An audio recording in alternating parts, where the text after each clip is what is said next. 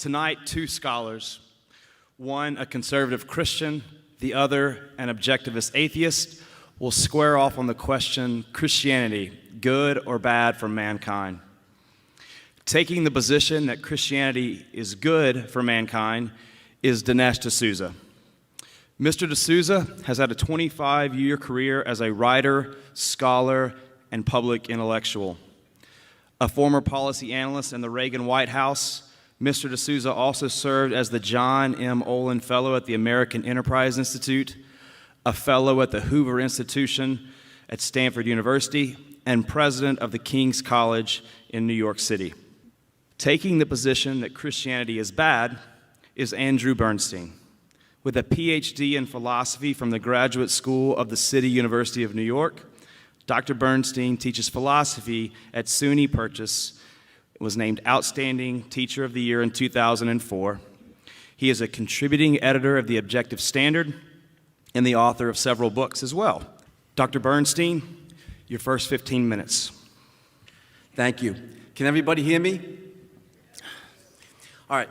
Now, the criticisms I'm going to make are applicable to any religion, to Judaism, Islam, any of them, applicable to religion as such. But since Dinesh is concerned to defend Christianity, I'll confine my criticisms to Christianity. Now, the crimes of Christianity against mankind are too lengthy to go into in a debate, so just a few.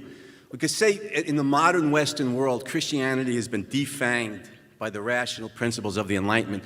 But for 1,200 years, from the 4th century AD, when Constantine first made Christianity the dominant religion of the Roman Empire, right through the 16th century Reformation, for 1,200 years, Christianity was the dominant philosophy of the Western world. What was that like?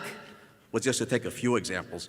The Arians, who disagreed with the Orthodox Catholics on the nature of Jesus, bloody disagreement, thousands of Arians were killed by the church. The suppression of the Manichaean heresy was even worse. The church suppressed it in the 5th century. It reemerges in the 13th.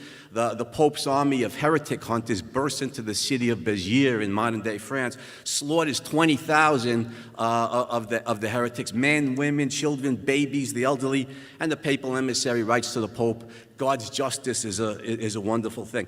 Even into the 16th century, even after the Renaissance has begun to brought reason back into the Western world, the Christians are still at it, still slaughtering each other in the Protestant Catholic wars. For instance, the St. Bartholomew's Day massacres, thousands of Protestants murdered. Now, I could go on. There's no need. Why? I mean, after all, Jesus preaches peace and love. There are even some Christians who practice it. I know a few.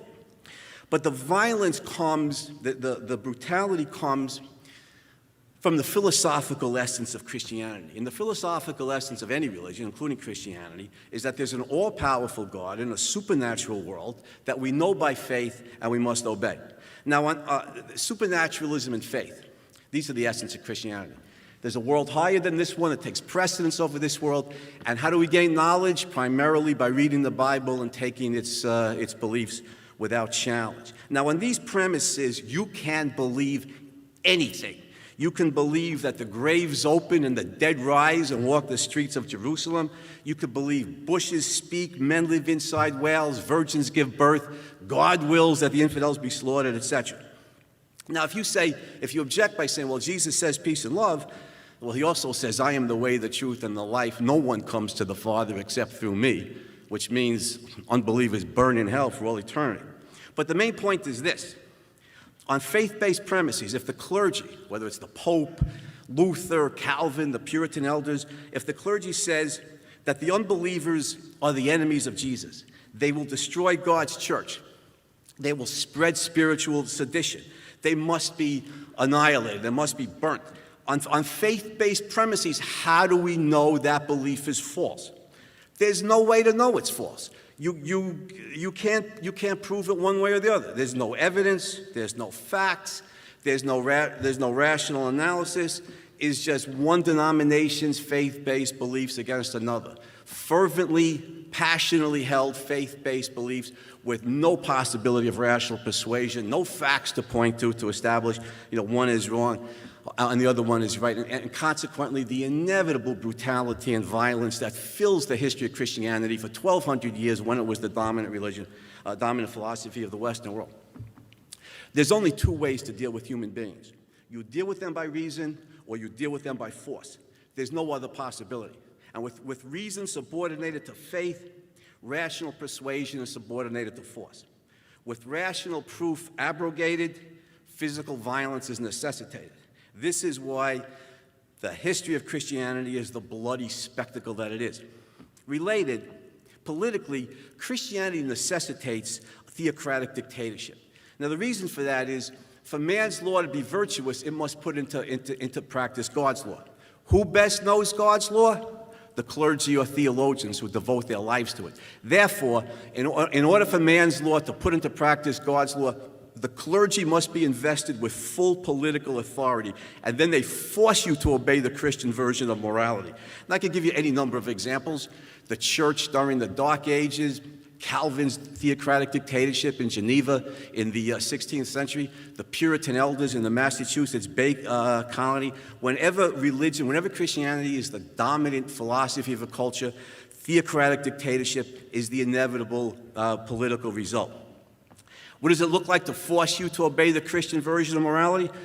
Well, to take one example out of many, in Calvin's Geneva, the Reformed Church, if they found a single woman pregnant, they drowned her. If they found who the father was, they killed him too. Adultery was a capital offense. They executed people for adultery. This is what Christianity looks like in practice when it is not diluted and defanged by the rational principles of the Enlightenment. Let's put it this way. In the modern Western world, Christianity ain't what it used to be. It has been eviscerated, thank God, but like I said, by the rational principles of the Enlightenment. Now, if somebody says, if the unbelievers reject God, maybe it's right to kill them. Maybe it's good. We should kill them. This raises the question of moral philosophy. What is the good? What is right? What is wrong? What is the standard by which we judge good and evil? Now, Christianity says it's God's will. If God says X is good, it's good because he says so. If God says non-X is evil, it's evil because he says so. But the question, is there a fact-based, objective, rational standard of moral value? One that's based in facts, not in faith. Now, the answer to that is yes. In Atlas Shrugged, Ayn Rand defines just such a fact-based, rational standard of moral value. Good and evil arise only because living beings must achieve specific goals in order to sustain their lives. Plants, for example, must dig their roots into the soil to gain the chemical nutrients their lives require. They must grow their leaves towards the sun to get sunlight. This is what their lives require. Animals must hunt to gain food, otherwise they starve. They must find shelter from the storm, otherwise they die. These are the values nature stipulates for their survival and for flourishing life. Human beings must grow food, build houses, learn how to cure diseases, otherwise our life will be very short. Nature requires us to gain certain values in order to sustain our lives on Earth. Now, the good then for a species is that which, given its nature, given the factual requirements of its survival on Earth, is that which promotes its life. For man then, for a rational being, the good for man is that which factually, objectively promotes his life. For example, nutritious food, an education, living in a free society. And the evil is that which factually undermines or harms human life. For example, poison, ignorance, the imposition of dictatorship, religion. Christianity rejects this rational standard of moral value, this fact-based standard of moral value. God's will, not the requirements of human life, is what determines good and evil. Now, this is one critical reason for the countless innocent lives killed by Christianity in the name of Christianity. If God wills that the sinners or the unbelievers be killed, then his faithful servants carry that out. It has often been observed how much brutality is perpetrated in the name of God, including by Christians. This is the reason. If God's will is primary, then human life is secondary. And in the Old Testament, of course, God kills God knows how many. The fundamental principle is When man's life is subordinated to any consideration, an alleged God's will or another, that human lives will be sacrificed to the ruling concern, and men will then die. Lots of them. In fact, prior to the 20th century rise of communism and National Socialism, if we ask the question, what denomination or group is responsible historically for murdering more innocent Christians than any other, the answer to that would have to be other Christians. Now, if the good is to promote human life, the question is, by what means? As Ayn Rand establishes in Atlas Shrugged, reason is man's instrument of survival. Every value human life depends on requires the rational mind. We must learn how to grow food. We must learn agricultural science, agricultural technology, which requires reason. We must build houses, requires knowledge of architecture, engineering, mathematics, requires the rational mind. We must learn how to cure diseases, which requires knowledge of biological science, the rational mind. I could go on. All values that human life depend on are the product of the reasoning mind. Reason is mankind's instrument of survival, the same way a bird's wings is the bird's instrument of survival. Now, Christianity subordinates reason to faith. When it is undiluted, when it is the dominant intellectual influence in a society, Christianity subordinates reason to faith. Now, in the Middle Ages, for like 1,000 years, when it was the dominant cultural influence, unrestrained by rational principles of the Enlightenment, it warred relentlessly against the mind. Just to give you a few examples. Justinian I, Christian emperor, closes the Greek schools of philosophy in 529 AD because they're inherently pernicious to Christian faith. He forbids any pagans to teach. Will Durant, the great American historian, points out that after 1,100 years, this often of glorious achievement, this effectively ended Greek philosophy. In the East, in Alexandria, a Christian mob murders Hypatia, in fact, tears her body apart. A Christian mob, including monks, led by a member of Bishop Cyril's staff, murders the Greek mathematician Hypatia. Now, the historian of science, Maurice Klein, points out that the murder of Hypatia symbolizes the end of Greek mathematics. The Christians suppressed the Greek intellectual tradition. Read Charles Freeman's book, The Closing of the Western Mind, The Rise of Faith and the Fall of Reason. The Christians suppressed the glorious achievements of the Greek intellectual tradition. They suppressed Greek philosophy. They suppressed Greek science. They suppressed Greek mathematics and brought on a dark age that lasted for centuries. Now, let me close with this. I could go on with the historical examples. They're endless, of Christian brutality when Christianity was undiluted, before it was eviscerated. There's two philosophical reasons why. The philosophy is much more important than the history. There's two philosophical reasons why Christianity perpetrates endless crimes against mankind. One, Christianity rejects man's life as the standard of moral value, so human life means less to the Christians than the enforcement of faith-based orthodoxy. Compliance to a faith-based religious orthodoxy, not human life, is the Christian standard of what is good or bad. And secondly, Christianity subordinates reason to faith. When mankind's instrument of survival is secondary, then human survival is secondary, and many human beings will not survive, have not survived, and cannot survive under Christianity.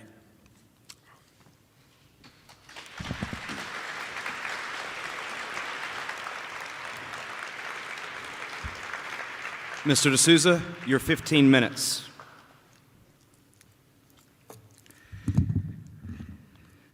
I'm very pleased and honored to be here, and looking forward to a debate not just against an atheist, but a particular kind of an atheist who is an objectivist and a sort of subscriber to the tenets of Ayn Rand, a woman for whom I have great respect.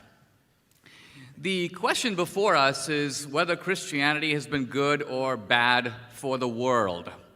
And in my rebuttal, to come later, I'm going to address a number of the specific points raised by Andrew Bernstein. Here, I actually want to make a positive case.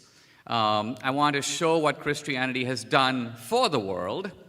Now, one way to do that is to ask what the world would look like if Christianity had never existed. What would our world be like? I'm going to take a little bit of a different path, and I'm actually going to begin by laying out some of the key tenets of objectivism itself. In other words, I want to lay out some of the key tenets that Andrew Bernstein believes in. And you'll see these are not tenets that are believed by only the followers of Rand. They're actually tenets that many of us believe in as well. For example, one of the key tenets of objectivism is the idea of the individual, that the individual matters, that the individual can't just be subordinated to the collective or to society. Second, the idea of freedom, the idea that freedom is important in a society, and freedom means to some degree choice. We have the right to shape our own lives. We have the right to economic freedom, to political freedom, to freedom of thought and expression and conscience. So the idea of freedom is critical. The idea of equality of rights, not equality of results or outcomes, but the idea that we have equal rights under the law. And the idea of equal rights comes out of the sense that, in a sense, no man has the right to rule another man, if you will, by nature. That these rights are in nature itself. Jefferson called them natural rights, and the Greeks did as well. So these are some of the key ideas of objectivism. The idea of science, of rational inquiry, about investigating the world using the faculties of reason. Now, you get the impression, listening to Andrew Bernstein, that all of these ideas are sort of products of the Enlightenment. Never seems to have occurred to him to ask, where did the Enlightenment come from? Why did we have an Enlightenment in the West? Why wasn't there a Hindu Enlightenment? Where's the African Enlightenment? The Enlightenment among the Aztecs? Why did the Enlightenment occur in Western civilization? In other words, is the Enlightenment the enemy of Christianity? Or was it to some degree also the product of Christianity? Let's look, for example, at where Western civilization comes from. A civilization that included the Renaissance and the Reformation and the Enlightenment, not to mention the scientific revolution and the Industrial Revolution. First of all, most historians will agree that the two founding pillars of Western civilization are Athens and Jerusalem. By Athens, of course, we mean the legacy of classical Greece and Rome, and by Jerusalem we mean Judaism and also Christianity. These are the two sort of anchors on which Western civilization was built. And the ideas of Western civilization come out of one or other tributary of the West. Some people think they come out of a hybrid of Athens and Jerusalem, but we can actually reasonably trace particular ideas in the West to one or the other. So first of all, we can ask the idea of the individual. Was that a powerful idea in ancient Greece and Rome before Christianity? No. True, you have powerful individuals. For example, on the Greek stage, we have Oedipus, who's an individual in his own right, but individualism is essentially scarce in ancient Greece and Rome.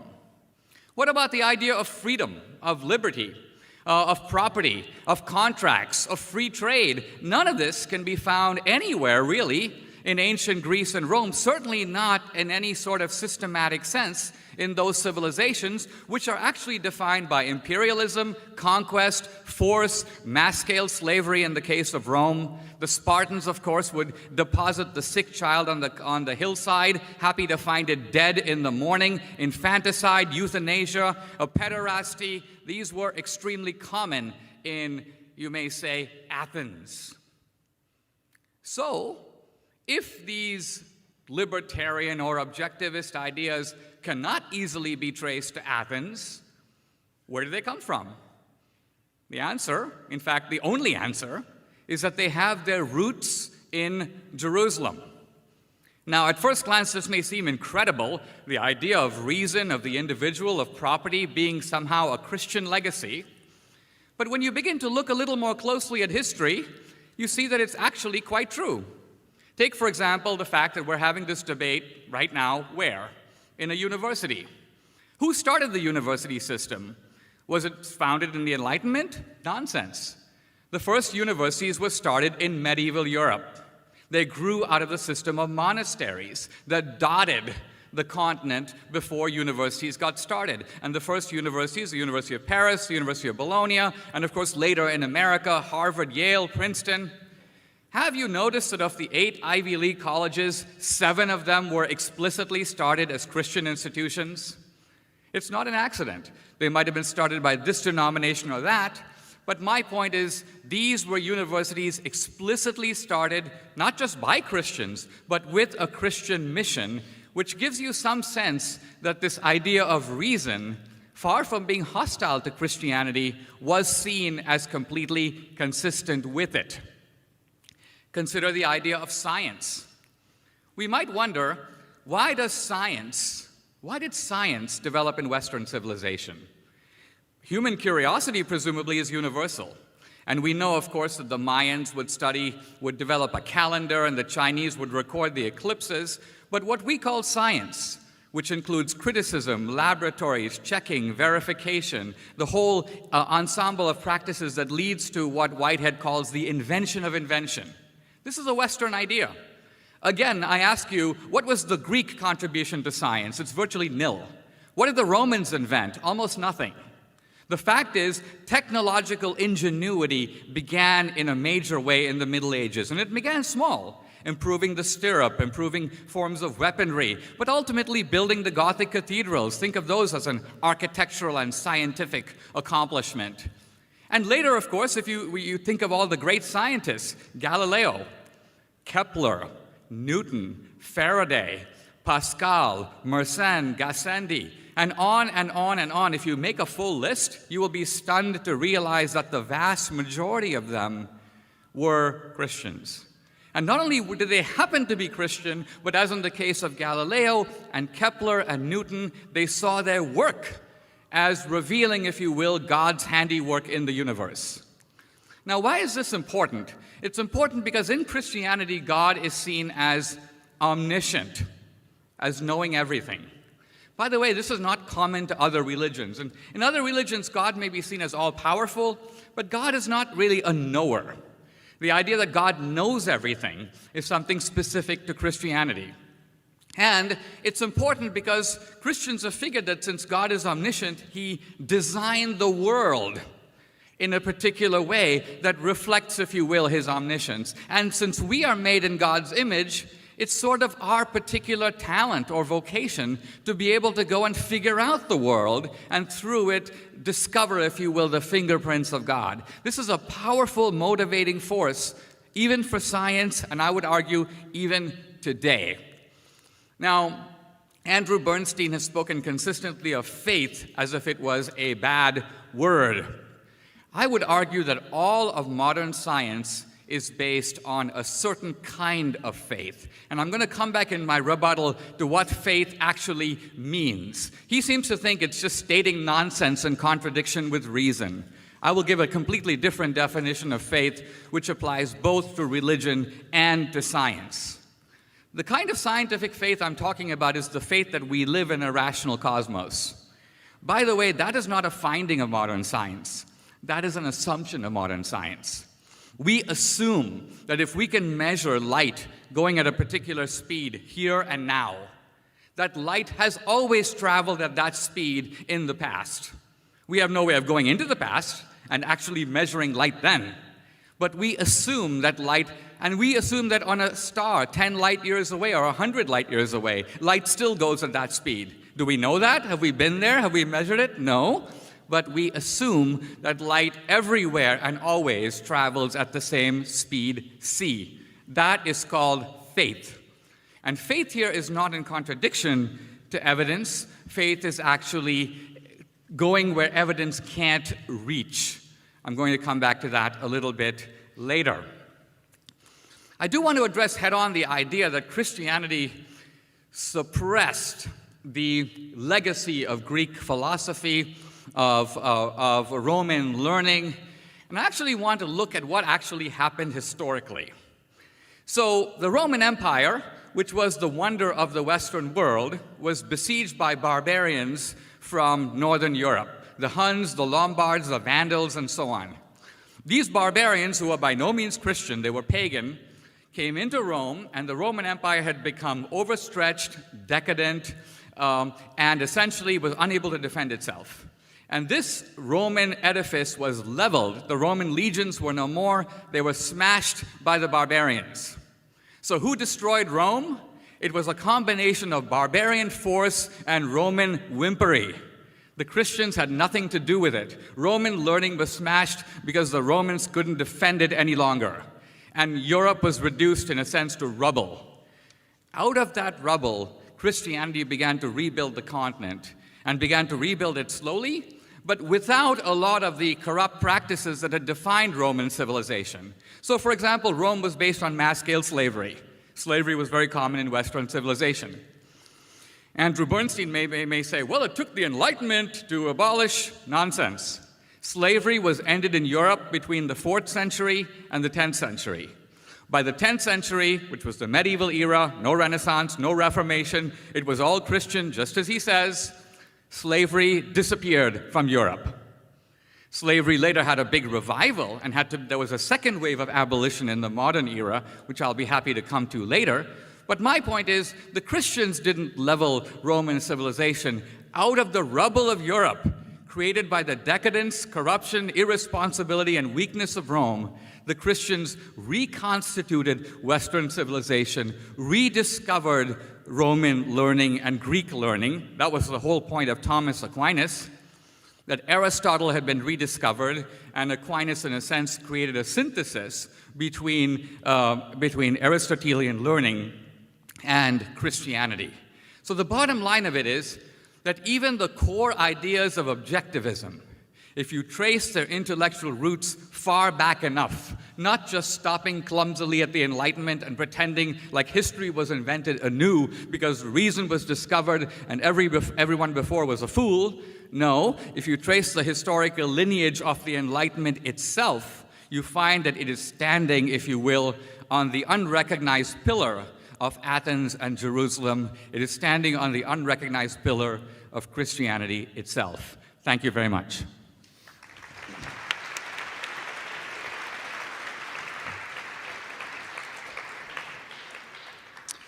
Dr. Bernstein, your 15-minute response rebuttal. Dinesh raises a number of points that I want to get to in my next rebuttal. But right now, I came here to make the case against Christianity, and by God, I'm going to do it. So, the essence of the case is philosophical. Let me look at the philosophical essence of religion. The religious belief is that, or the Christian belief is that God exists independently of the world, antecedently to the world. He exists before the world, and He creates the world and He governs the world. So this cosmic consciousness, God, is independent, whereas existence is dependent on consciousness. That's the Christian belief. Now, what's the philosophical truth about this? Now, as Ayn Rand puts it, I think brilliantly, existence exists. By existence, she means the sum total of everything that exists, the universe. To prove that, all we have to do is open our eyes and look out at reality. And right now, I can't see a damn thing, but I can hear people out there. I can see this. I know the world exists. All we have to do is look out at it. Now, besides that's the first philosophical principle I want to establish. Existence exists. It is. It is. And sometimes I think we ought to just stop and realize what that means. The universe is. Undeniable truth. Furthermore, secondly, the things that exist. A thing is what it is, and nothing else. This is the law of identity. A is A. A thing is what it is. Steel is steel. It's not paper mache. Penicillin is penicillin. It's not sulfuric acid. This is the law of identity. A thing is what it is, symbolized by A is A. Third, because a thing is what it is, it acts in accordance with what it is. Go back to my two examples. We can use steel to build a skyscraper. We can't build one out of paper mache. We could use penicillin to cure certain diseases. We can't do that with sulfuric acid. Because a thing what it is, it acts in accordance with what it is. This is the law of causality. What a thing is determines what it can and cannot do. Now, a further point, basic philosophy here. The apprehension or understanding that something exists or anything exists involves another key philosophic principle, consciousness, the faculty that perceives existence. Our mind, our consciousness is real. It's the means by which we know the world. Now, here's the key philosophical question. What is the relationship between existence and consciousness? The world out here in our minds. Is one fundamental and the other derivative? Now, existence, logically, necessarily, existence precedes consciousness because consciousness is consciousness of an object. To be conscious is to be conscious of something, whether it's the podium, the room, the people in it. Awareness is awareness of an object. To be conscious is to be conscious of something. If there is no existence, there is nothing to be aware of, and there could be no consciousness. To hold that consciousness is aware of nothing but itself is an impossibility. Consciousness of what? Related, we perceive that which exists. We can see or touch this table over here, for example, but we cannot, by a sheer act of will or thinking, alter it. So I can see or touch the table, but I cannot will it to fly, to transmute into a refrigerator, or to sing the Yellow Rose of Texas. Existence exists independent of consciousness, of any consciousness. That's a key philosophical principle. Existence exists independent of consciousness, of any consciousness. Consciousness, on the other hand, is dependent on existence. And Ayn Rand calls this the primacy of existence principle. The primacy of existence principle. Consciousness is a dependent. It depends on existence. Now, religion violates this basic principle, including Christianity, violates this basic principle of irrational philosophy. Christianity starts not with existence, but with an all-knowing mind or consciousness. Conscious of what? Of nothing. For prior to creation, there is nothing. Logical impossibility number one. Related, every fact we know about consciousness, without exception, shows us that it requires bodily means, a brain, a nervous system, a living body. In Dinesh's book, What's So Great About Christianity, he says, quote, our best bet is to go with what we know so far and draw conclusions based on that, unquote. Let me repeat that. Quote, our best bet is to go with what we know so far and draw conclusions based on that, unquote. Page 154 of What's So Great About Christianity.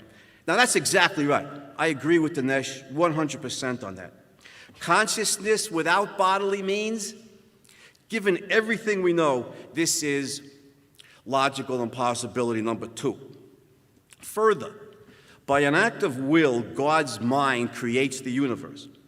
But consciousness is a faculty of perception. It cannot, by a sheer act of thinking or willing, create anything, create an object from nothing. What does God create the universe from? From himself, a spiritual being which cannot even exist prior to existence? How do you create a material universe from a spiritual being? No. If you start with nothing, you end with nothing. Creation in a religious sense is impossibility, logical impossibility number three. Now I can go on, but we have enough data to draw the conclusion. There is no God. There is no creation of the universe. The universe is eternal, always was, always will be. Existence exists. We have to accept that. I mean, we don't have to accept it. It's a free country. But if we're going to hold a rational and accurate view of the universe, logically we need to accept it. Now, I want to get to intelligent design, which a lot of Christians and a lot of religious people generally, I think including Dinesh, certainly he talks about in his book. Let me point something out. The establishment of intelligent design, if it could be proven, which it cannot, I'm going to disprove it, the establishment of intelligent design would not validate Christianity. In fact, it would refute Christianity in a different form. Because on these premises, God then designed the world in order to create a rational being, one whose mind is his instrument of survival. Such a God would necessarily celebrate reason and those who developed it. The Greeks, especially Aristotle, the Enlightenment philosophers, such great scientists as Charles Darwin and others, I would add Ayn Rand, those who use their rational minds to promote human life on earth, they're the ones who would be celebrated by such a God. Now, what are the enemies of reason? You know, what of the Catholic Church who suppressed, Dinesh didn't mention, in the Middle Ages, the suppression of the philosophers by the church. For 500 years, between Boethius and Abelard, there was one original philosopher, John Scotus Erigita. And naturally, he was condemned by the church, and one of his books so thoroughly burned by the church that not a single copy survives.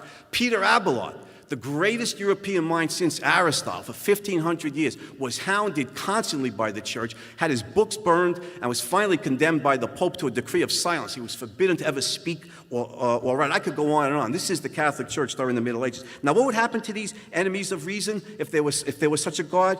These religious creatures who suppress the rational mind in the name of faith, what would happen to them? They will burn in hell. All these faith-based Christian monsters who suppressed the rational mind for 1,200 years, they're going to burn. This is Bernstein's wager, a long overdue answer to Pascal's wager.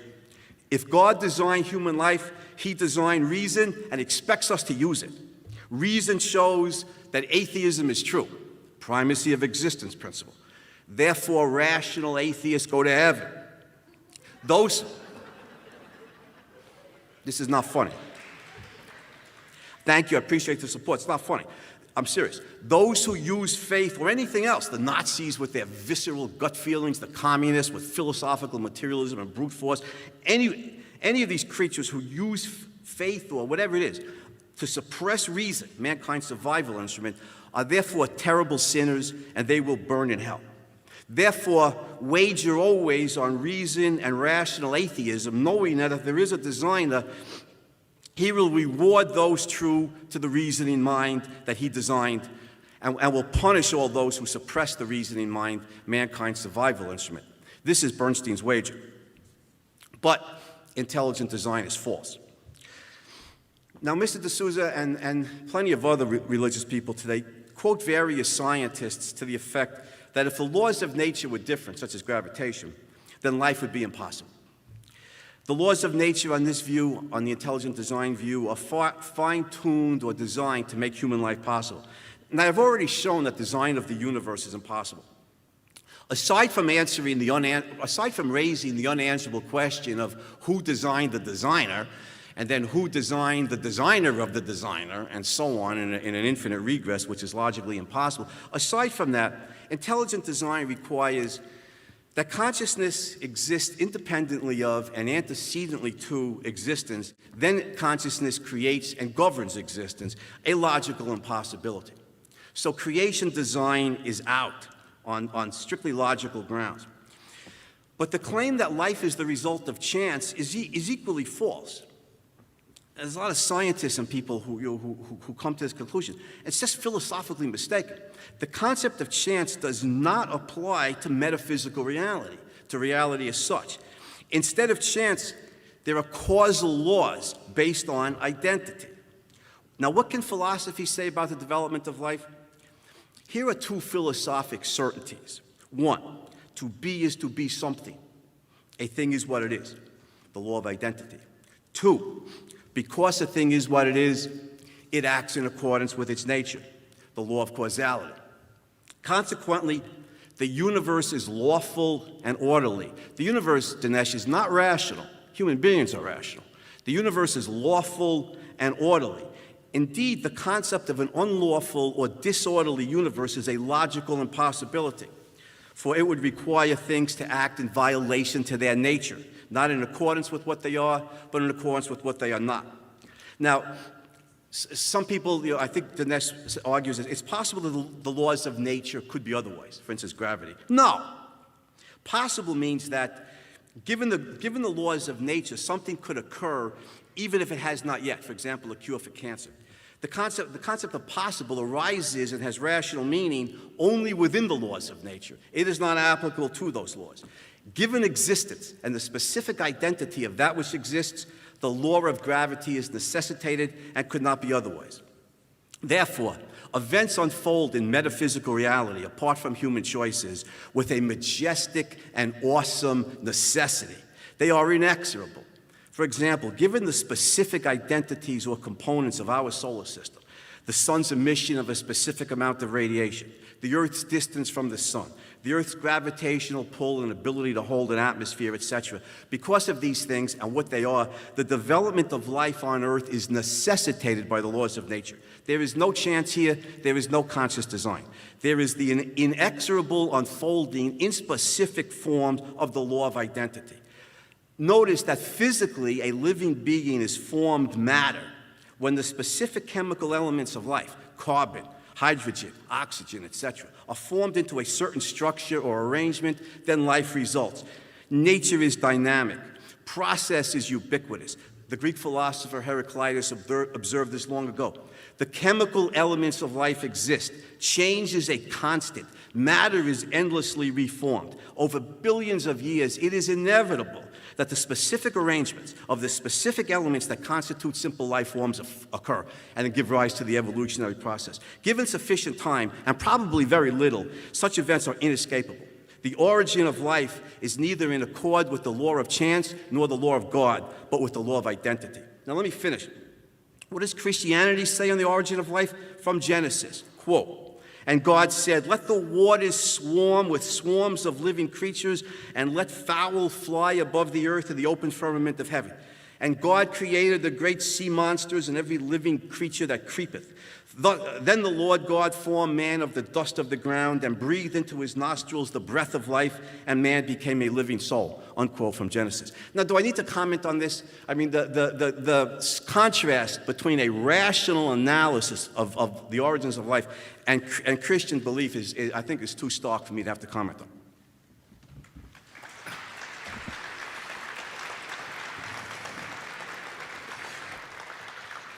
Mr. DeSouza, your 15-minute response rebuttal. When I was a kid growing up in Bombay, I would be taken by my parents to a Catholic church, where I would often hear in the sermon a priest or a pastor harangue about, this is the way it is. This is why God exists, and the Bible says this, and the Bible says that. And I remember, as I grew a little bit older, becoming a little disgusted with this mode of argument, because it was not a mode of argument at all. It was just an appeal to the Bible. And quite oddly, sitting here tonight and listening to Andrew Bernstein, I got the same creepy feeling. I got the same creepy feeling that I was listening to a certain kind of an atheist pastor. The only difference is that he didn't appeal to the Bible. He appeals to a word with a capital letter called reason. He doesn't give any reasons, but he just says reason dictates this and reason dictates that, and he expects us all to nod sheepishly and go along. He even, in fact, concludes triumphantly that reason dictates that atheism is true. Now, we're in a university setting, so we can stop talking nonsense and ask the simple question, do we know for a fact that God exists or doesn't exist? On the basis of reason, I would concede we do not know. In that sense, we are all agnostics, the believer and the unbeliever alike. Why are we agnostics? Why am I an agnostic? Because I don't know. I call myself a believer because I am not a knower. There's a great difference between belief and knowledge. Knowledge means you know. Belief means you don't know, but you still believe. So, for example, I believe there's a place called Papua New Guinea. I've never been, but I believe it's there. But I wouldn't say I believe in my brother, because I know the guy. So the point here is that true belief is not a denial of doubt. It is the acknowledgement of it. But we see in Andrew Bernstein today no shred of a doubt. Here we are flung into the world as human beings, and if we're curious and we look around, there's a whole heck of a lot of stuff we don't know. Where'd we come from? Why does all of this even exist? This whole universe, why does it exist? What's going to come after we die, if anything? I think we'd have to admit, if we were honest, that we have no answers to the most fundamental questions of existence. In other words, we don't on the basis of reason, but he does on the basis of capital R reason. And now we begin to see what's really going on. The big R reason is simply a restatement of his own prejudices, of his own faith-based conclusions. He doesn't know what came before the world. In fact, the arguments for God can be made on the basis of reason alone. Now, you can't settle the question of God's existence or non-existence by purely appealing to philosophical nostrums. Things like, existence exists. I agree. Things are what they are. I agree. Consciousness is, existence is prior to consciousness. I agree. And so what? It is one of the most startling discoveries of modern science in recent decades that this universe of ours has a beginning, the Big Bang. And that means that first there was nothing, and then there was a universe. By the way, it is the meaning of the Big Bang that not only did the universe have a beginning, but space and time also have a beginning. Space and time are actually properties of our universe, which means that before our universe, you have to put the word before in quote marks, no space, no time. Now, who or what is responsible for this? It is not unreasonable to ask, if the universe encompasses all of nature, and all of nature had a beginning, then did nature create itself out of nothing? Or did some supernatural force, and that's all we mean here by God, bring nature into existence? I would submit that these are questions that can be discussed, but not in abstraction from the actual findings of modern science. Now, if we say that the universe had a beginning, and this beginning points to a creator, then we would be vindicating the first book of Genesis. The key point about the first book of Genesis is that the ancient Hebrews, who by the way were not scientists and did no experiments, they said, first there was nothing, and then there was a universe. By the way, a leading atheist, Lawrence Krauss, whom I debated recently, has written a book called The Universe Out of Nothing. And he acts as though he's refuted Christianity. I told him that is the Christian position.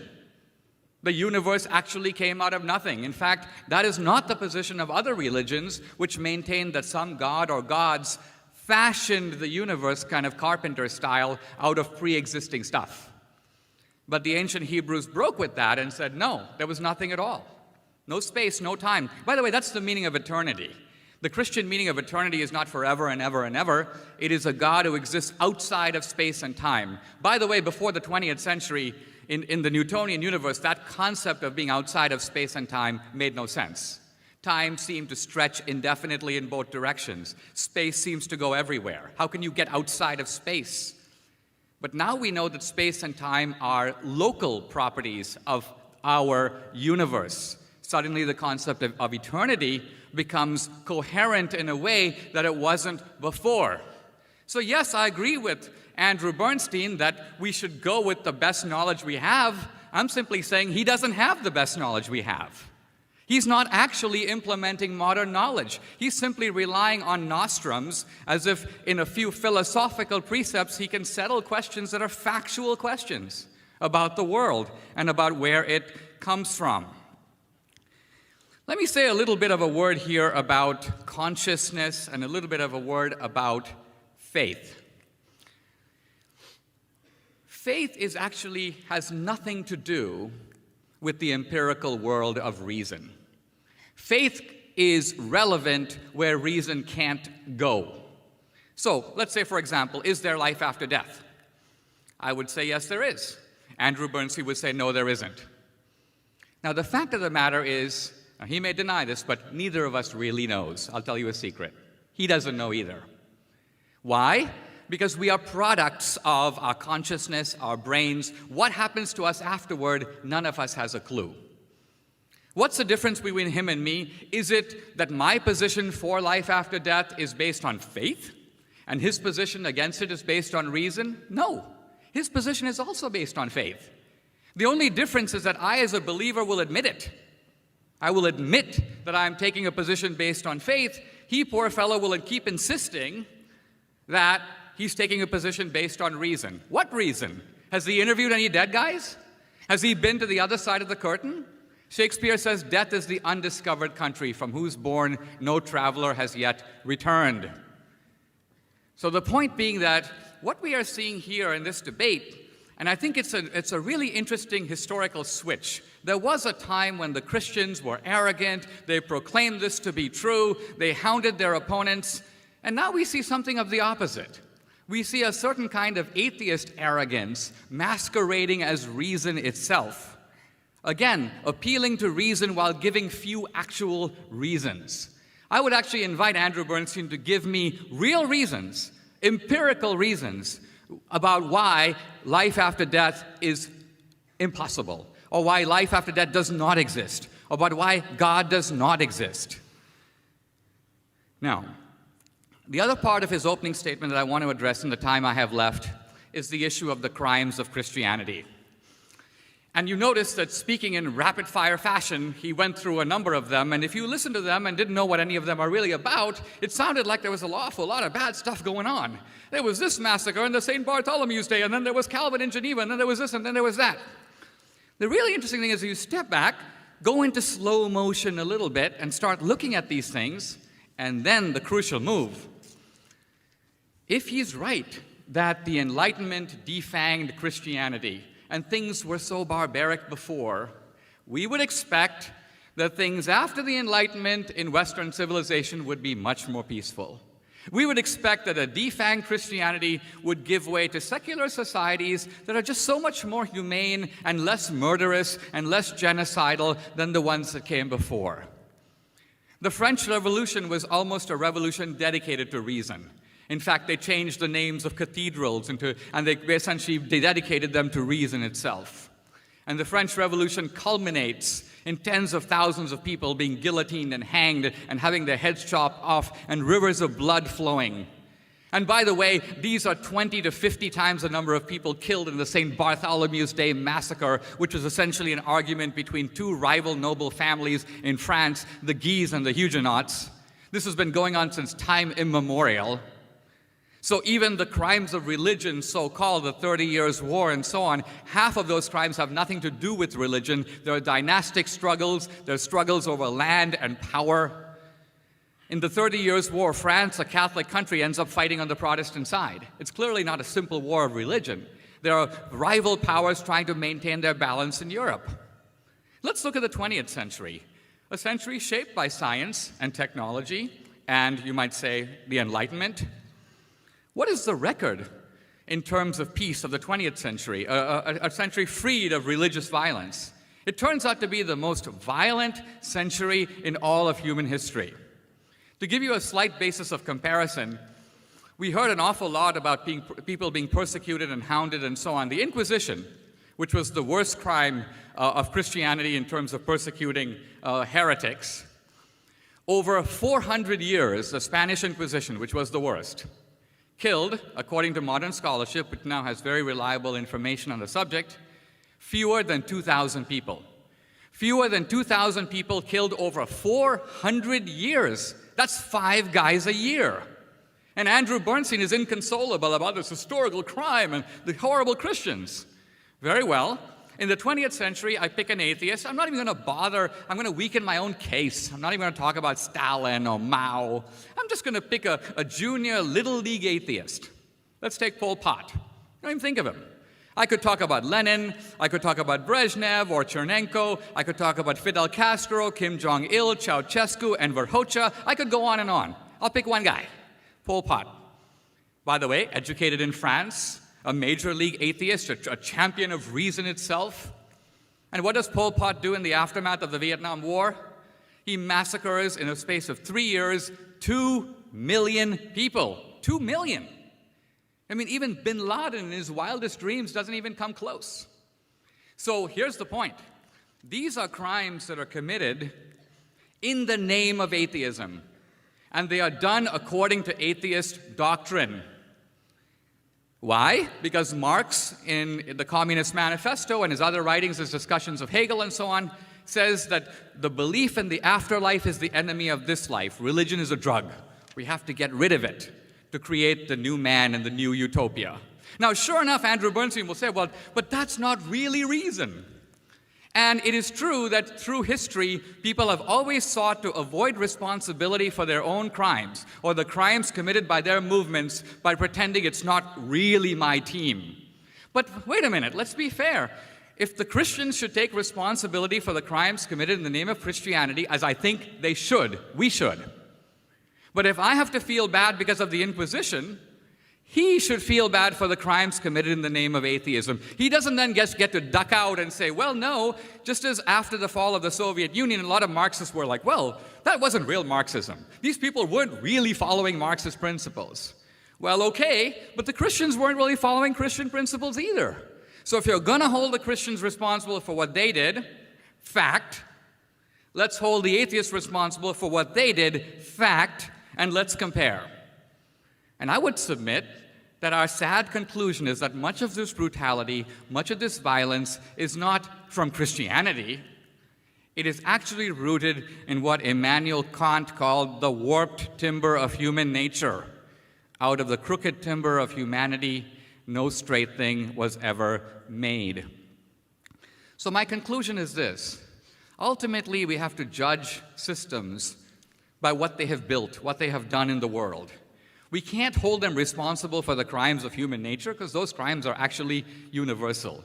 Christianity actually is one of the key pivots for building the civilization that we, even secular people, live in. And I think if we recognize that and we're subject a little less to the arrogance of reason, capital R, we might be able to step back and even grudgingly say, thank God for Christianity. Thank you very much.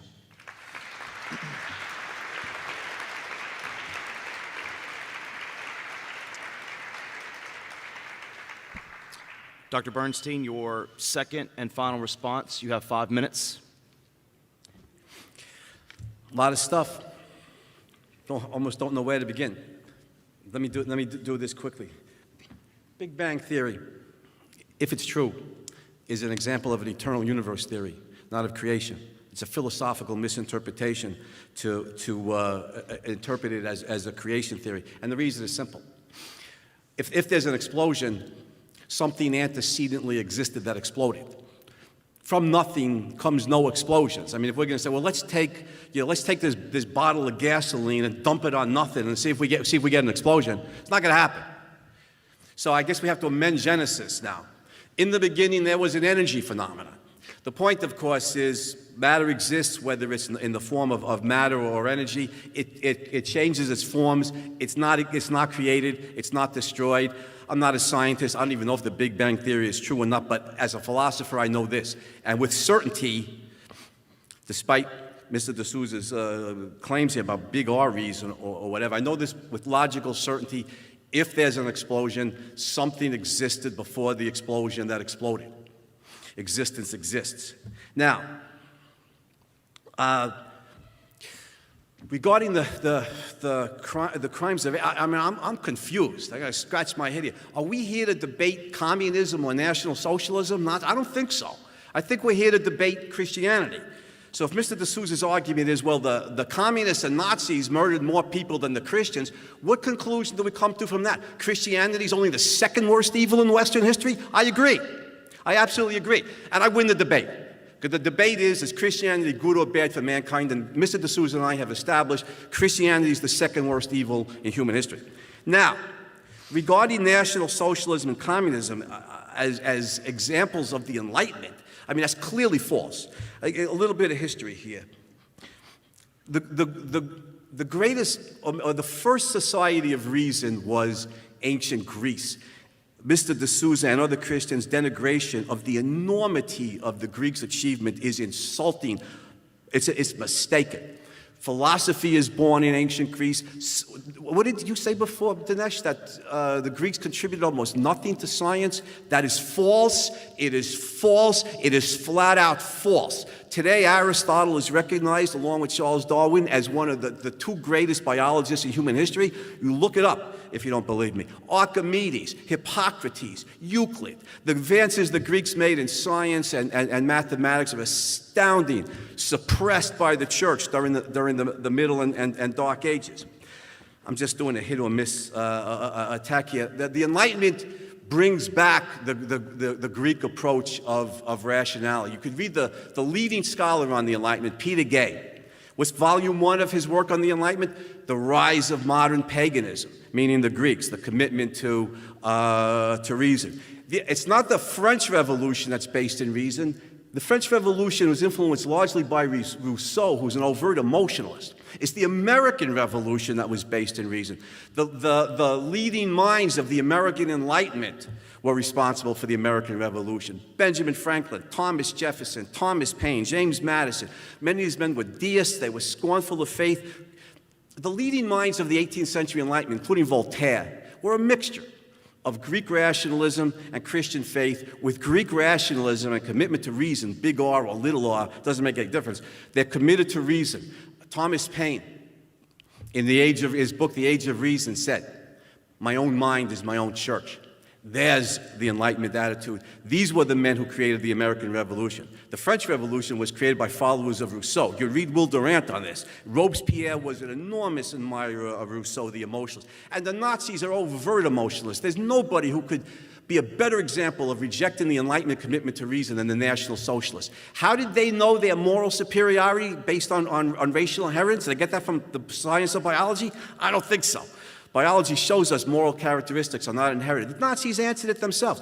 We just feel it in our blood and our bowels. That's a quote. We feel it in our blood and our bowels. They're overt emotionalists. They reject reason. Logic is a Jewish tool. It's sensationalism, bodily, visceral sensations and emotions that animate the National Socialists, not reason and the Enlightenment commitment to reason. The communists are almost as good an example.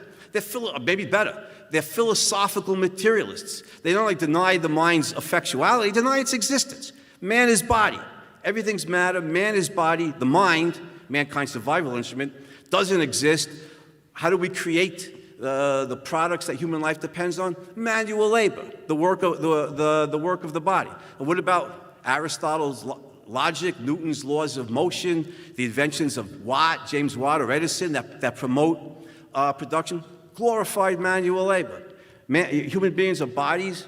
We're animals. How do you get animals to work? You whip them, and you kill them if they don't work. This is the overt rejection of reason in the modern world. It's a product of modern German philosophy. Kant, Hegel, Marx, the unholy triumvirate, their rejection of reason.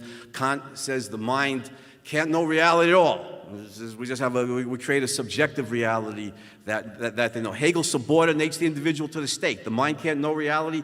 The individual's helpless. He's subordinate to the state. The group is all powerful. The state is all powerful. Which group is all powerful? Hegel's followers disagree. The Nazis say the race. The communists say the economic class. They all agree. The individual is nothing. The individual mind can't know reality. He's helpless. He's subordinate to the state. His life and mind belong to the state. This is the modern world. There's three philosophical traditions at work here. The Greeks' commitment to reason, the Christians' commitment to faith, and the post-Kantian modernists' commitment to the idea that the mind is helpless, the state is all-powerful, and the individual must be subordinated to the state. I'm going to just conclude with this point. What they call modern irrationalism, which is true, it's accurate, in modern culture, in art, and politics, and education, modern irrationalism, a product of German philosophy, who set the template in Western society for irrationality? Christianity did. If you can believe that a super consciousness of the universe exists without bodily means and creates the universe from nothing, you can believe anything. You can certainly believe you're morally superior based on racial inheritance. Here's Christianity's cultural legacy. It made irrationality respectable. That's its legacy.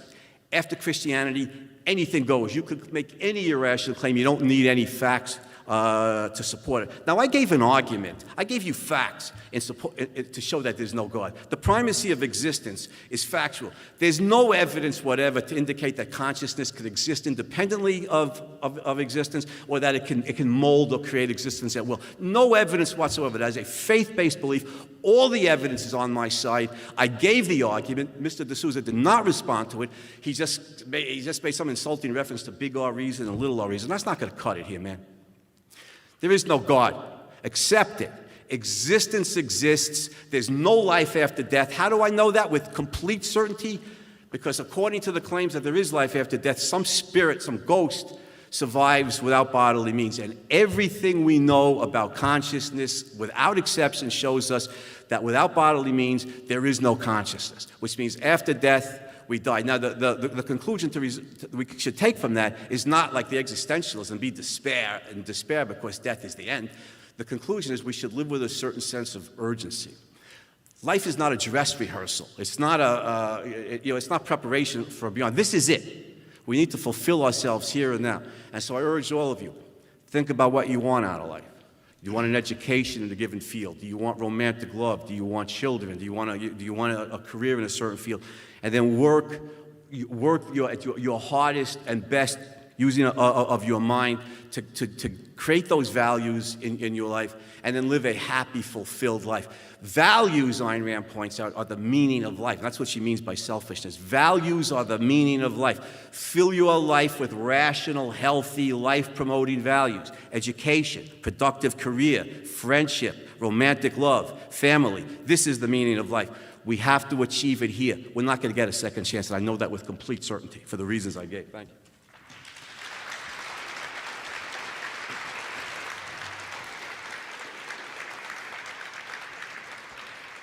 Mr. DSouza, we'll give you a little extra time to be equitable to issue your final reply. What do we know with complete certainty?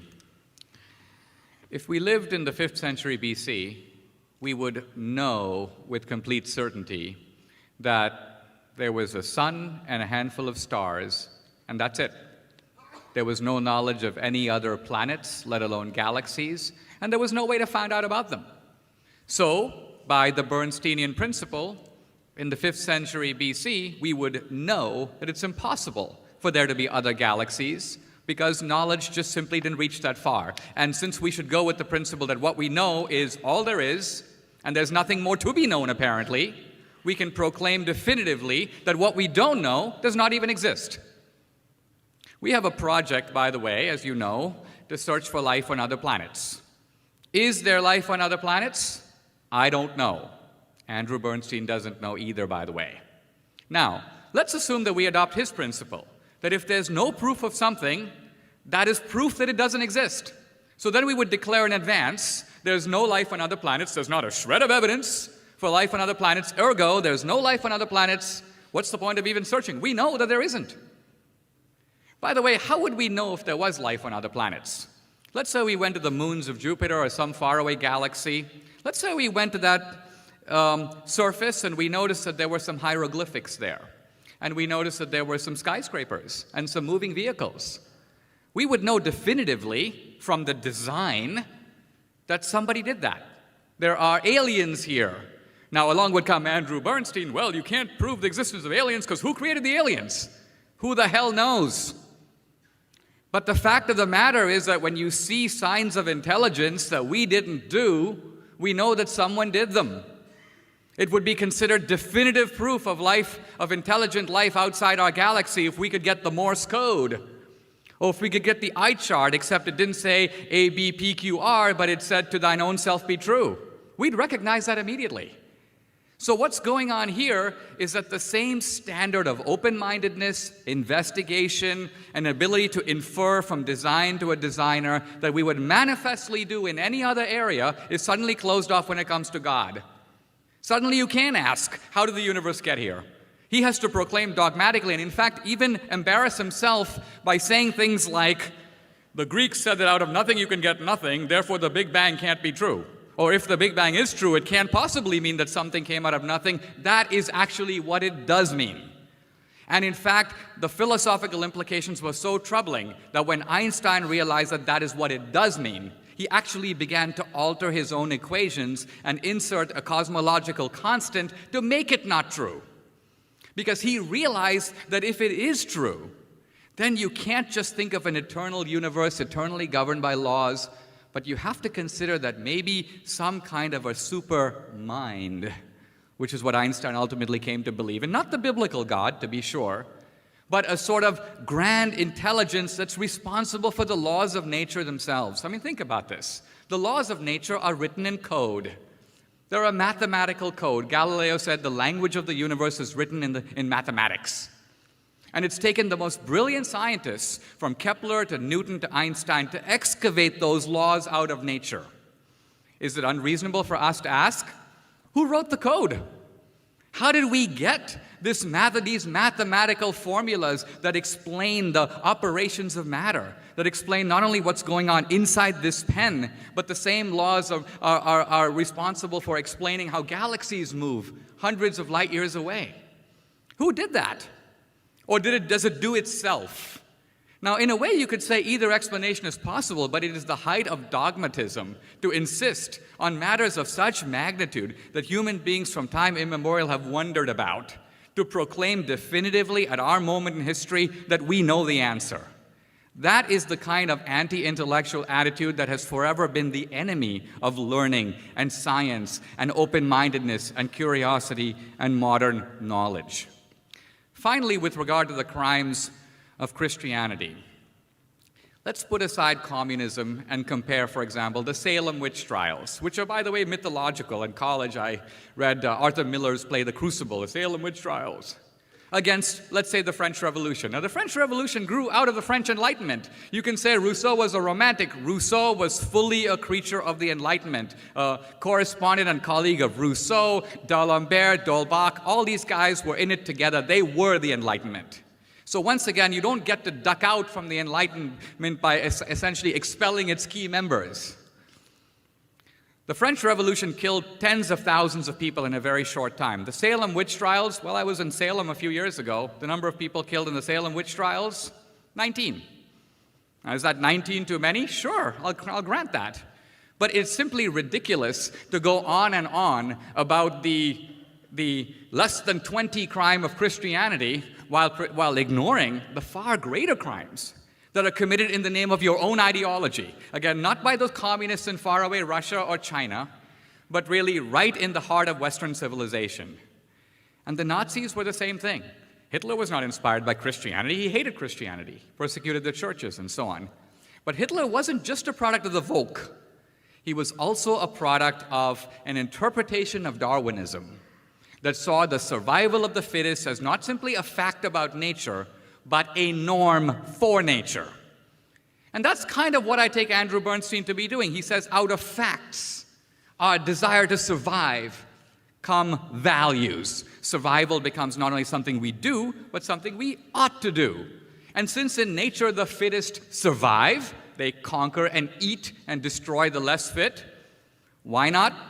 It doesn't seem like such a stretch for the Nazis to have made the conclusion that from the fact of survival of the fittest in nature comes the value that the fittest ought to and must, and it is glorious for them to survive, and in that was sown the seeds of the Third Reich. Thank you very much.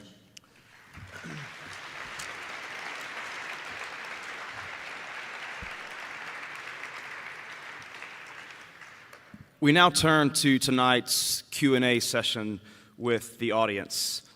If you have a question, and I would like to emphasize a question for the speakers and not one that you want to answer on your own, please approach one of the microphones to your left or right.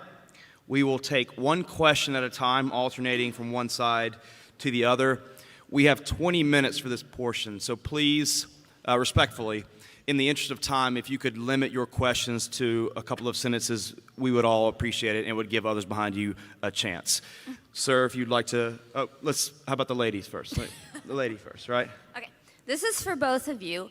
What is your definition of faith and what is your definition of reason? And in a few words, how are they commensurate or contradictory? Sure. Reason is using our intelligence in the world and trying to draw conclusions based upon what we know.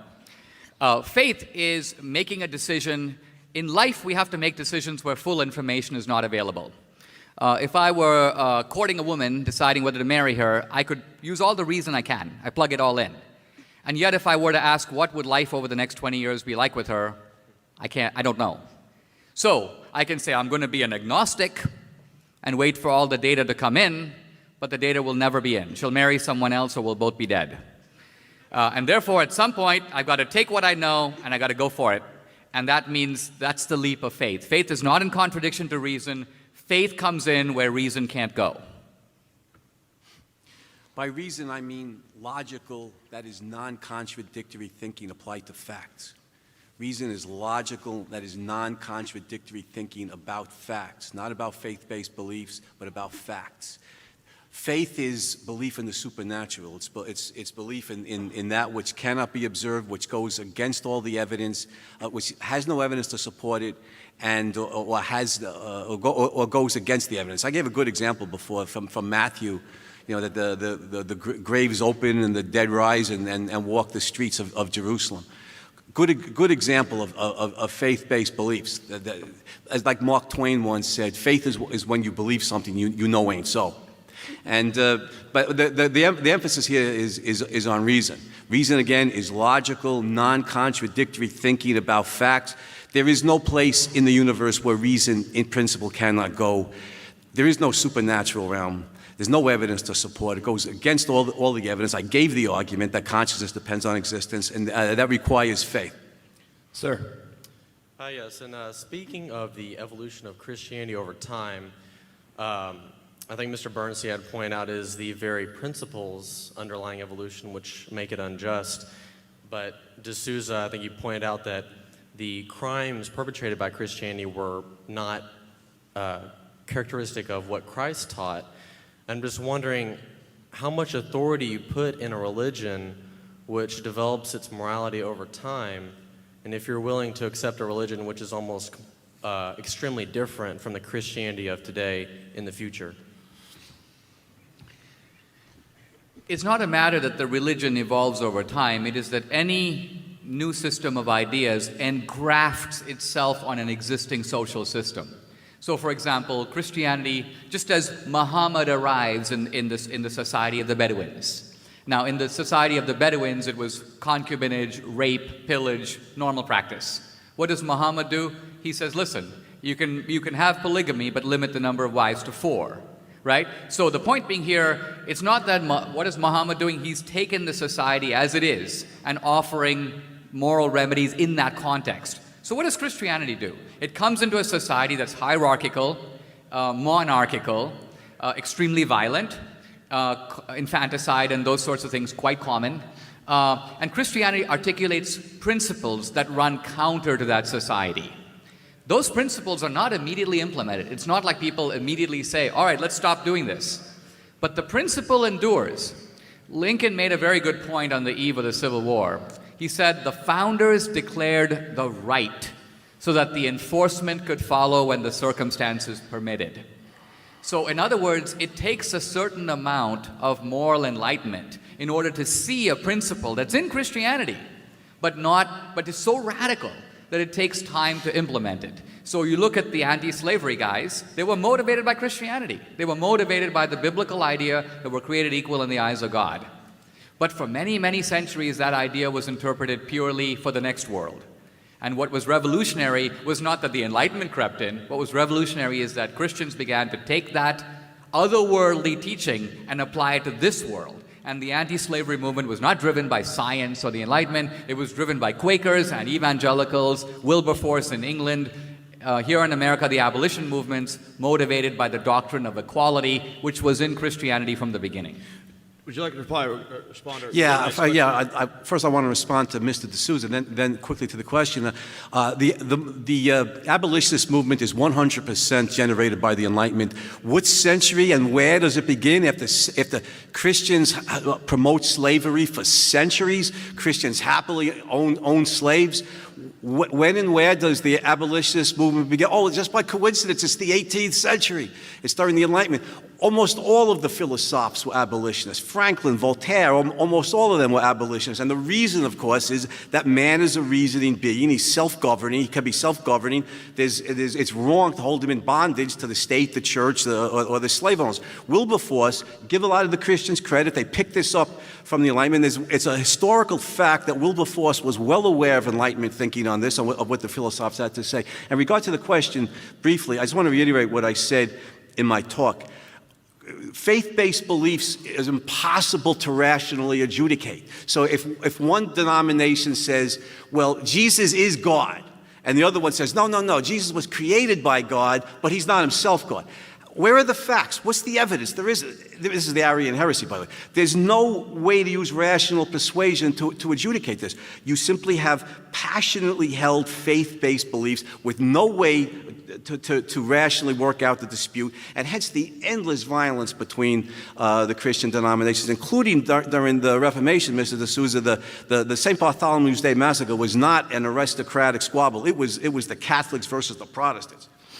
Sir. Yes, thank you both for a wonderful debate.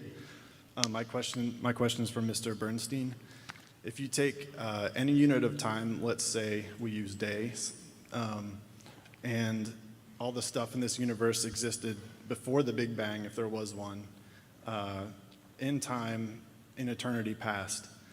The problem with that is you can't mathematically have an infinite series of days before tonight, or else we never get to tonight. So how can you rationally deny that the universe had a beginning? Dr. Bernstein. I don't have the slightest idea what he just asked me. I gave the reasons for why creation's impossible. I gave the reasons already. You want me to reiterate? Well, consciousness is a metaphysical dependent. Existence is metaphysically independent. It logically precedes consciousness. Consciousness requires something to be conscious of. Consciousness also requires bodily means. All the evidence supports. Now, I agree with Mr. DSouza about one thing, about being open to new evidence. I think you come to, conclusions that, in our context of knowledge, they're provisionally certain. You're always open to new evidence. There's no evidence whatsoever to indicate that consciousness could exist independently of existence, and that could, by an act of will, can mold or create or shape or make it what it will. All the evidence is on the other side of the argument. Given all the knowledge we have today, creation is a logical impossibility. Can I respond briefly? Yeah, sure. Yeah. The two leading atheist scientists in the world are probably Stephen Hawking, physicist, and then the physicist Steven Weinberg, who's right here at the University of Texas in Austin. Now, Stephen Hawking, in his book, The First 3 Minutes, says very clearly that the discovery of the Big Bang came as a nasty shock to the scientific community. Most scientists believed in the steady-state universe. And Weinberg admits that this gave, I'm not quoting him, some comfort to those who believe in a creator. Now, what is the atheist answer to this? Stephen Hawking and Weinberg have a similar answer, and it is an entirely faith-based answer. The answer is, there might be an infinity of multiple universes out there, none of which for which there is the slightest empirical evidence whatsoever. They are merely posited. Posited why? To explain the peculiarities of our universe. So, in fact, by Andrew Bernstein's own reasoning, the entire physics and astronomical community's speculations about multiple universes should be dismissed prima facie as irrational nonsense, because there's no empirical evidence for it at all. But the truth of it is that these issues are in the mainstream of modern physics and astronomy, because to deny one invisible God, you have to make up an infinity of invisible universes. And so there are two choices. I agree, God or an infinity of universes, none of which we've ever seen except our own. It's a faith-based choice. I'd like to believe in multiple universes. I don't think I have that much faith. Sir. My question is primarily for Dinesh. Speak up just a little, I'm sorry. My question is for both of you, but primarily Dinesh. Given that the prompt asks, "What is Christianity good for the world?" I think we could ignore the past for a second, and it's done some good and some bad, and we've secularized a lot of the good things. But right now, moving forward, given a lot of the barriers Christianity is posing to education in our schools, to civil rights and the gay rights movement? How can you defend that Christianity is good right now? That's a very good question. I would answer it this way. You know, I think very often in these issues, we sort of miss the forest for the trees. And so when we think of Christianity today, most people would associate it with like abortion, school prayer, gay marriage. If I were to ask myself, why am I a Christian? I would say this. I can think of myself as a material object in the universe, a product of quarks and random forces. I could think that I have no free will because my decisions are the product of neurons in my brain over which I have no direct control. I could think that life has no purpose, and when I die, I'll become nothing. I could think that way, and reason allows me to do that. But reason also allows me to think that my life is part of a larger cosmic drama. That, in other words, there is a creator of the universe, and that the universe actually has a story. It has a point. That life itself has a purpose. That ultimately the sad injustice of our world, in which many times bad guys end up on top and good guys come to grief, will actually be compensated in another life. In other words, that there is cosmic justice. Christianity gives me an experience of the sublime. In secular life, we almost get no experience of the sublime. Occasionally with art, sometimes, quite honestly, in sexual intercourse, but it is brief and evanescent. With Christianity, the sublime is embedded in everyday life. You get the sense that life has depth, complexity, purpose, meaning. So then there's consolation for life after death. Fact of the matter is, you and I, we don't think about it now, you're too young, but the grave digger waits for us all, and death is a terrifying experience. So we have to face it no matter what. We can either face it believing that there's something coming after, which will actually make that experience more bearable, or we can just face it grimly saying nothing's going to come after. Now my point is, maybe nothing's going to come after, but we don't know. He is choosing to believe that nothing comes after, and it defines his morality. I'm choosing to believe that something does come after, and it defines my outlook. And I'm simply saying that if I just look at it as a practical matter, Christianity is delivering me practical goods that enrich my life in the world, and that ultimately is why I'm a Christian. Would you like to reply? Hell yeah, hell yeah. Hopefully, Dinesh, we can debate this topic again, and maybe one day you'll actually answer my arguments. But, you know, what I want to say is this. Reason is mankind's survival instrument. I established that. You read Atlas Shrugged for this. This life is the one chance we get. Consequently, we need to make life on earth amenable to human beings. We need to institute, I think Dinesh and I agree on this, institute the principle of individual rights. Your life belongs to you, your mind belongs to you, you are free to choose rational values, healthy life-promoting values, like I said before, in education, career, friendship, romantic love, family, travel, etc. And you fill your life with meaning. Values are the meaning of life. So we have to live with a certain sense of urgency because death is the end. And we need to establish a free society because it's only the United States of America is the greatest country of history, the nation of the Enlightenment, in fact. We need to establish a free society that human beings, free for women have the right to their own bodies, homosexuals have the right to marry, et cetera, that human individuals then can achieve flourishing life on earth in a free society established on the principle of individual rights. And that is the meaning of life, the achievement of values that make your life fulfilled, not faith-based fantasy that there's some God directing this or that I might have some life in the end. There's no evidence to support that. All the evidence is on the other side. Sir? Thank you. One of the key arguments, it seems, I'm sorry.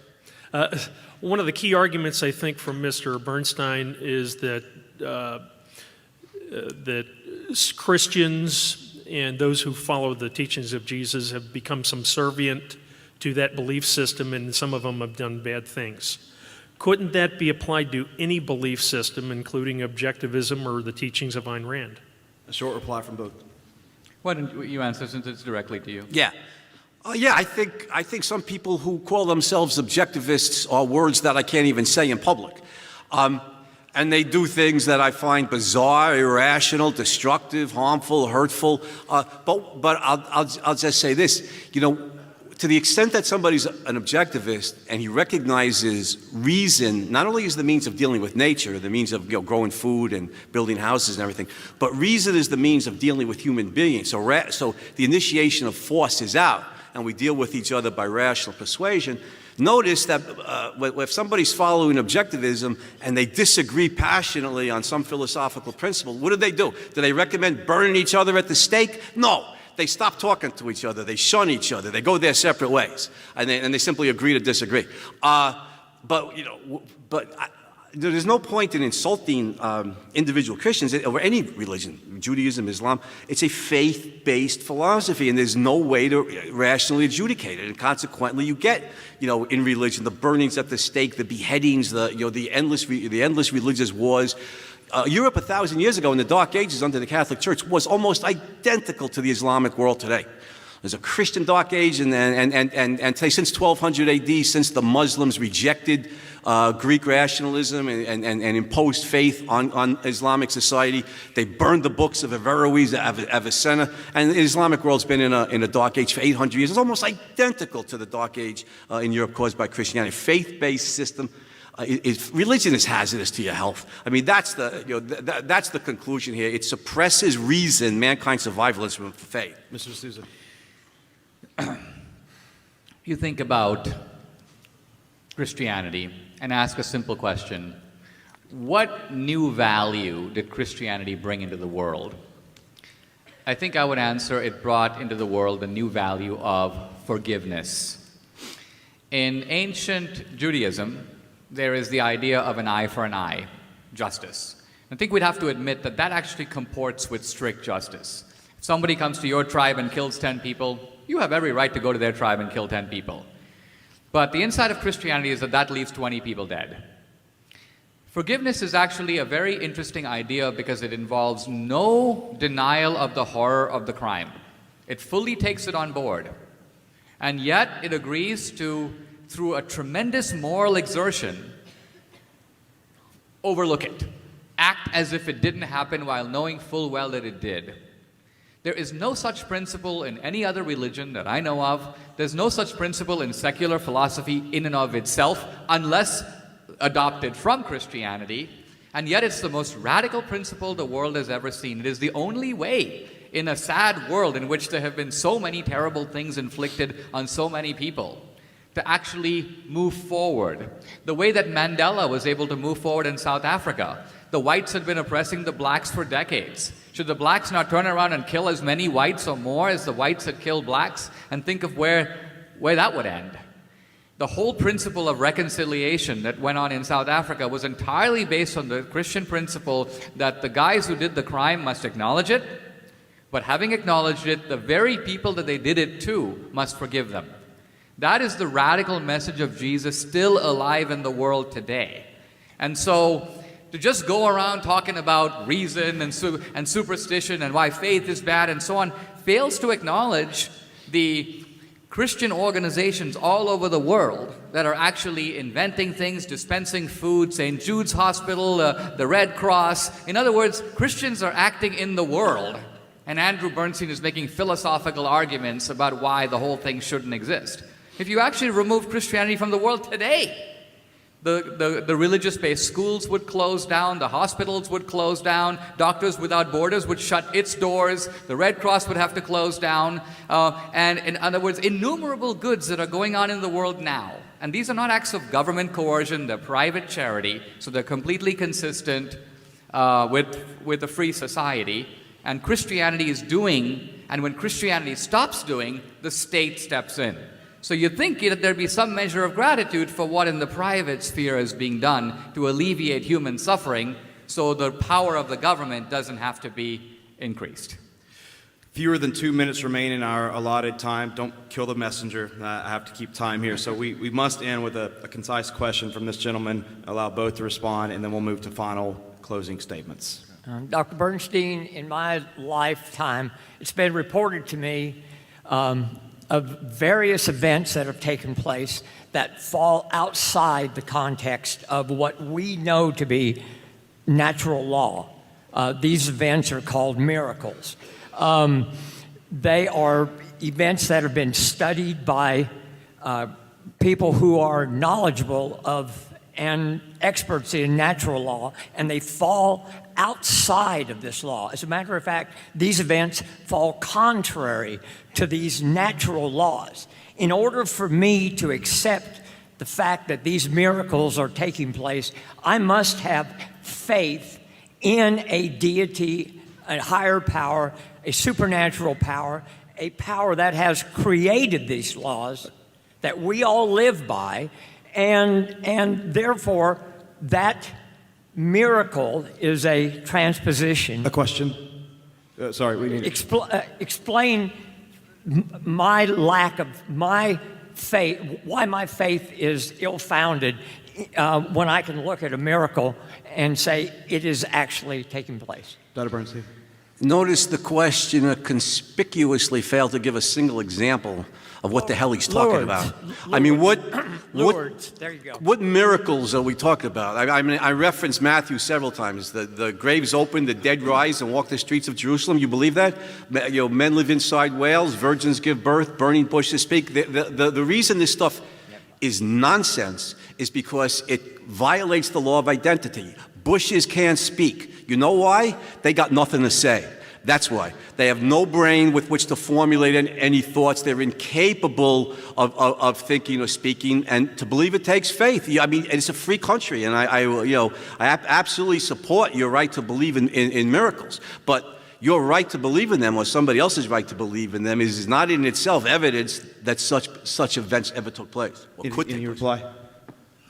If I was standing in front of a bush and I heard a voice, I wouldn't obtusely conclude that the bush is speaking. I would conclude that there was someone behind the bush that was speaking. The Christian view is not that the bush spoke. It's that God spoke behind the bush. Now, you haven't refuted that in the slightest. The point about miracles is this. If in 30 years modern technology enabled a dead man to be restored to life, we would simply call it a scientific advance. That a guy who's clinically dead can be restored on the hospital table. But if that is possible, then it follows that dead people can in fact be restored to life. There's nothing in modern science that declares this impossible. The fact of the matter is we cannot pretend that the natural laws we know here and now are all the natural laws that exist. Our knowledge of what is possible is very limited. So if a man can be restored to life 30 years from now, then the dead can be restored to life, and the biblical description of dead men being restored to life may be true or may be false, but is most certainly not impossible. This concludes our Q&A portion. To put a bow on this thing, we will allow each debater 2 minutes to wrap up, to offer some final concluding words. Dr. Bernstein, you're first. Your 2 minutes begin now. I want to begin by commenting on Dinesh's last comment. He's saying that if medical science can restore, in 30 years from now, can restore people from clinical death to life, therefore miracles might exist. First of all, notice it's a complete hypothetical with no examples to support it. But beyond that, if that were to happen, that's not a miracle. That means it's within the laws of nature that dead guys can be brought back to life by medical means, by scientific means. There's no divine intervention there to raise the dead. Dinesh is talking about scientific advance. So we're talking about events that can occur within the laws of nature. A miracle means something that violates the laws of nature and that is caused by God. Now, my final wrap up. I just want to stress the positive here. Again, what I said all through tonight. Reason is man's instrument of survival. Reason is the source of all human values on this earth. We need to fall in love with reason. This is the way to promote human life on earth. Anything that suppresses the rational mind, whether it's faith, whether it's the emotionalism of the Nazis, whether it's the philosophical materialism of the communists, whether it's dictatorship of any kind, secular or theocratic, suppresses man's mind, and you see the collapse of civilization. The real struggle in human history is not religion versus secularism. That's only one example of it. The real struggle in human history is reason versus unreason, rationalism versus irrationalism, those who support the mind and those who oppose it. The Greeks generally supported the mind and made tremendous advances. The Muslims in the Middle Ages embraced Greek science, to some extent Greek philosophy, and they made tremendous advances. Ultimately, Islam suppressed that. Faith-based belief suppressed it. They're in a dark age for 800 years. In the West, Christianity suppressed the Greek approach. Notice there's no advances in the Western world until the Greeks rediscover until the Christians rediscover the Greeks in Spain, and you see great minds like Thomas Aquinas and Albertus Magnus embracing Aristotle, and they're Christian Aristotelians, and it's the Aristotelian part, the commitment to fact-based, observation-based rationality that leads to the medieval Renaissance and then to the Italian Renaissance. You see when men embrace reason, the Greeks, the Muslims at one time, the Christians during to some degree during the medieval Renaissance, the Enlightenment, the creation of America. When men embrace reason, they create civilizations. When the men of unreason tear civilizations down. And that battle simply goes on and on and on. Like I said, Christianity set the template in the West for irrationality. On Christian beliefs, you can believe anything. And Christianity inevitably is suppressive of the independent rational mind and consequently caused a dark age that lasted for over 1,000 years. That was real Christianity. Not what Dinesh is talking about today are westernized, Americanized, secular Christians who do good things, in this lifetime. You don't need Christianity for that. You need goodwill. In fact, what you need is the principle of individual rights to liberate the human mind. Let me close with one example. Mother Teresa or these so-called saints of charity, these faith-based saints of charity, maybe they do some good.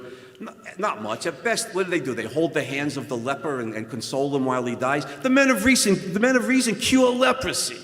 I mean, they cure the diseases. This is what you depend on reason, not faith for this. So fall in love with reason, with rational values, and go out and live a life in a free country. Let's get the Democrats out of office. I agree with Mr. DSouza on that. Let's live in a...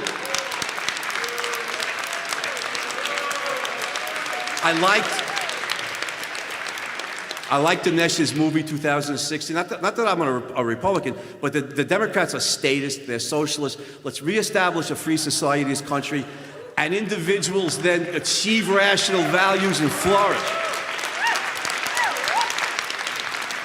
Well, I'm glad that we can find some common ground, and perhaps this will lead to another debate in the future, and you could be on the same side of the table.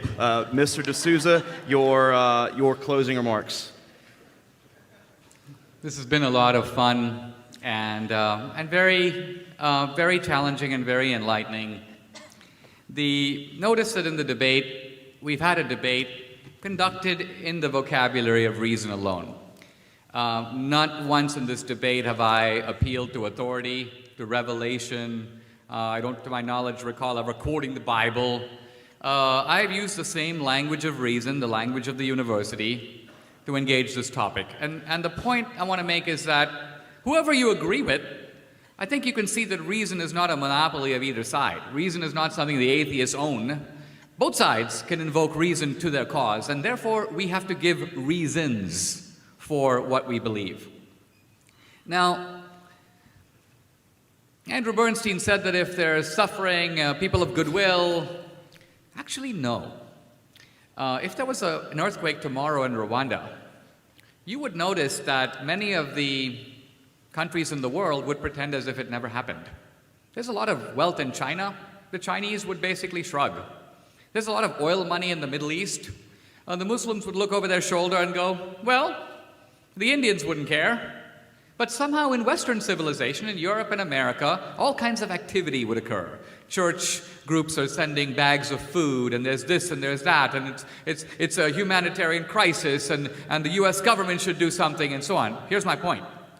Europe and America are, whether we like to admit it or not, the products of a Christian culture.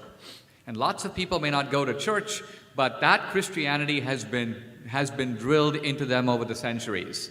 Even when the Christianity is subtracted, its humanitarian impulses remain. These are not universal impulses. These are impulses that are driven by a specific ideology that took root in the West.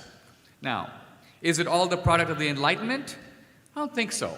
And I think if we want to look at the complexity of this, look at a guy like Thomas Jefferson. Jefferson was a man of the Enlightenment. And yet, when this man of the Enlightenment was dispatched by the founders to tell us where our rights come from, did he answer, the social contract? They come from reason itself. No. He said, these rights come from our Creator. Period. The Creator is the only stated source of rights given by the man of the Enlightenment himself. This man of the Enlightenment, who was, by the way, not an Orthodox Christian, would sit with the Bible and a pair of scissors and cut out the miracles that he didn't like. This same man, whenever he talked about something truly profound, and in this case I'm thinking here of slavery. Once again, Jefferson had very few qualms about slavery itself. In fact, while Washington freed his slaves upon his death, Jefferson never did. Jefferson had 200 slaves and didn't free, except for Sally Hemings' family, he basically did not free them. And yet this same slave owner and Southern planter and man of the Enlightenment, when he began to talk about slavery, you'll notice his language becomes very religious. Can the Almighty take sides with us in such a contest? I tremble for my country when I recall that God is just, and so on and so on. In other words, even this man of Athens was imbued, if you will, by the ethics of Jerusalem. And no amount of scientific advances, of curing leprosy and so on, can cure death, can cure suffering, can wipe a tear off every face. In Gandhi's phrase, there is always going to be a need for that human touch, motivated not by evolutionary selfishness, kin altruism, you scratch my back, I'll scratch your back, but rather by this doctrine of universal brotherhood that I think cannot be fully assimilated into evolutionary selfishness, but rather reaches to the stranger, the guy who has nothing in common with me, who can do nothing for me. And yet, by me doing something for him, not through the state, but in the private sphere, it calls upon the highest impulses of humanity. Those highest impulses are not they're in humanity. Even the atheist has them. But what Christianity did was develop them, encourage them, create systems that foster them. Those systems are still with us today, and that's why ultimately Christianity has been, on the balance, a great force for good in the world. Thank you very much.